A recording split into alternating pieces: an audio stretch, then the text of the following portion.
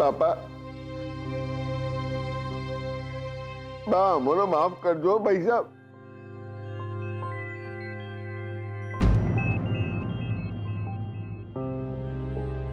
અમોય તમને પૂછ્યા કાચા બનાવવા ધમણી લઈને આવી તો જ્યાં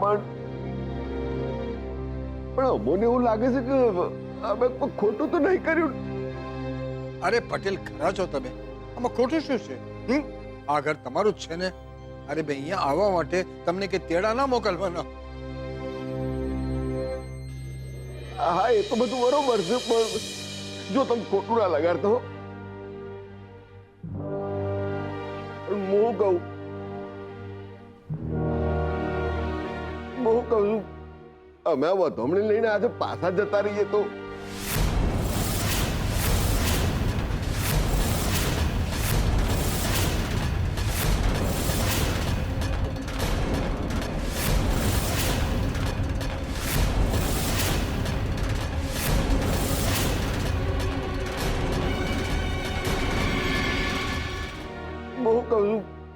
અમે વધમણી લઈને આજે પાછા જતા રહીએ તો.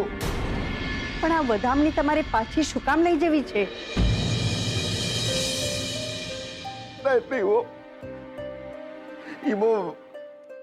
છે ને વાત જાણે એવી છે ને કેવી છે વાત એવી છે ને થોડા કે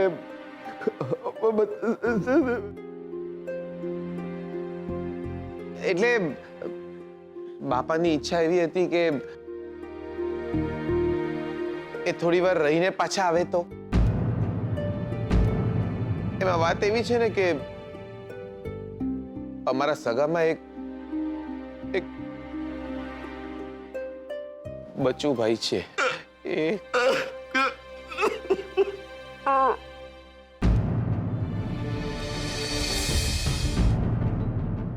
ના હો ના, આમ વધામણી પાછી ન લઈ જવાય. અપશકન થાય. હવે તો જટ લક્ષ્મી આવે ને વધામણીનો સ્વીકાર કરે બસ.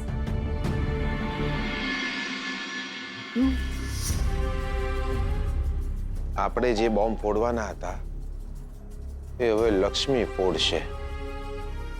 લક્ષ્મી આ વધામણીને હાથ નહીં અડાડે એ વાત નક્કી છે દિયોર. નક્કી છે ને. આવને સ્વીટુ.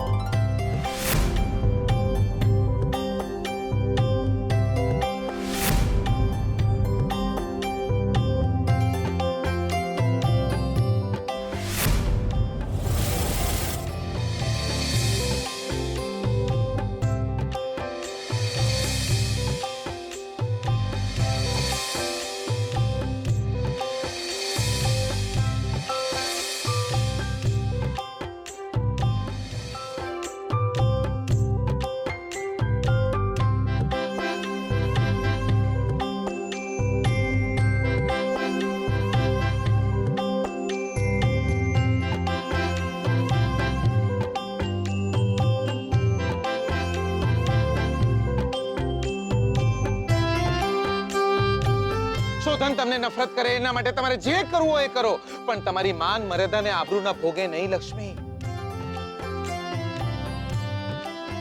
લક્ષ્મી બેટા, અમારે મન તો તું સારિકા કરતા પણ મોટી, કારણ કે એને ક્યારે પણ આ ઘરની ચાવીઓ પાછી નહોતી.